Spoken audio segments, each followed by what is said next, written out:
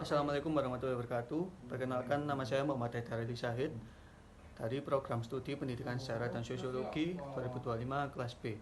Di sini saya akan menerangkan tentang penjelasan perkembangan sistem pemerintahan federasi di Australia.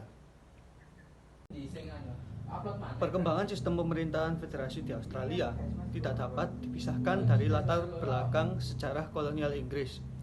Pada awalnya, wilayah Australia terdiri atas 6 koloni Inggris yang berdiri sendiri, yaitu New South Wales, Victoria, Queensland, Australia Selatan, Australia Barat, dan Tasmania. Masing-masing koloni memiliki pemerintahan, hukum, serta kepentingan ekonomi yang berbeda. Perbedaan inilah yang mendorong munculnya gagasan untuk membentuk sebuah negara federasi agar koloni-koloni tersebut dapat bersatu dalam satu negara tanpa harus kehilangan otonomi daerahnya. Proses pembentukan federasi berlangsung cukup panjang, terutama pada akhir abad ke-19. Berbagai konvensi dan pertemuan antar koloni dilakukan untuk menyusun konstitusi yang dapat diterima bersama. Hasil dari proses tersebut adalah disahkannya Konstitusi Australia yang kemudian berlaku secara resmi pada 1 Januari 1901 dengan berdirinya Commonwealth of Australia. Sejak saat itu, Australia menganut sistem pemerintahan federasi di mana kekuasaan dibagi antara pemerintah federal dan pemerintah negara bagian. Dalam sistem federasi Australia, pemerintah federal memiliki kewenangan atas urusan yang bersifat nasional dan lintas negara bagian.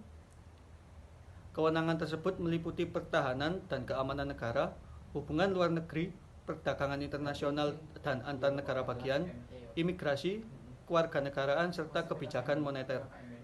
Sementara itu, pemerintah negara bagian tetap memegang kekuasaan penting dalam bidang pendidikan, kesehatan, transportasi lokal, kepolisian serta hukum, dan peradilan di wilayahnya masing-masing.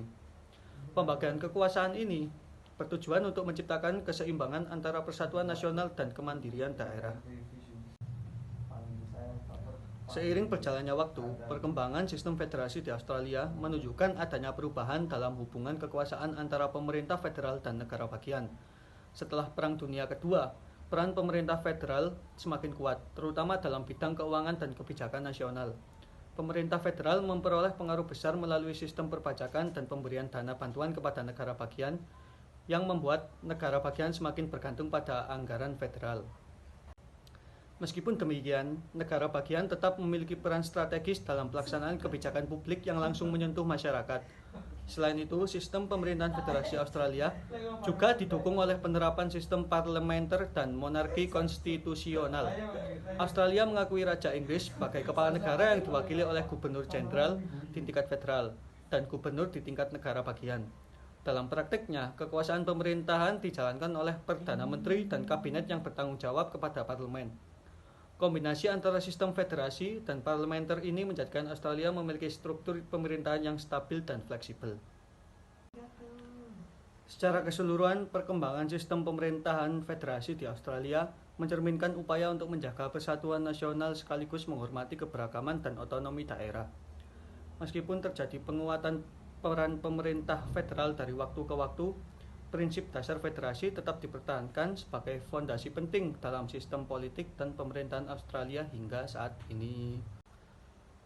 Cukup sekian penjelasan dari saya. Apabila ada salah kata, saya mohon maaf yang sebesar-besarnya. Wassalamualaikum warahmatullahi wabarakatuh.